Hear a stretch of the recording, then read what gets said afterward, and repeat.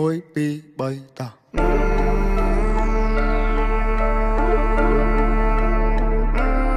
anh nhớ đăng gì một buổi mấy buổi squat rồi buổi slap ball thì đã sắp thay thó let's do it ខ្មែរថៃដីខ្មែរអត់ត្រូវការអ្នកណាមកថៃជំនួសពួកចោលឆ្លៀនពៀនបើមិនងាប់ក៏វាអាចរបួសតជំនាន់អ្នកចោលសៀមរឿងសង្គ្រាមគឺវាឃ្លានហួរដើម្បីដល់អំណាចស្រ័យជេរចាចអញខ្មាស់គេជំនួសអញទៅបើអញវាយតឲ្យមួយថ្ងៃពួកអាចយ៉ាងไรអញទៅបើអញវាយនៅរស់ឲ្យវិជ័យពួកប្រែដល់លើដីទុកអញអ្នកកែកាយអញទៅបើអញវាយសិតតែពួកថ្មិលបាញ់ចេញស៊ីវិលចរិតពួកថៃអញទៅបើអញវាយធ្វើបាបពួកអញណាធ្វើបាបដល់ចាចាជាសាពួកនេះលេងនឹងនេះបំពេញមានអំណាចលើទីហ៊ានពួកអននេះចេះតែមានលេងលខោឲ្យយើងមើលពួកអកក្រិចចាំអញប្លង់ឲ្យកិច្ចពួកអននេះលេងល្បិចសុទ្ធពួកអកពើគិតថាមានតែឯងសេចដុំមកសំញ៉ៃពួកនេះអ្នកកំ plai នៅអាស៊ីគេមើលកូនខ្មែរយើងមូលមីចាប់ដៃសាមគ្គីដៃតពីដូនតាស្គូណាtrongរូរើមកមួយសងដបនៅសសាស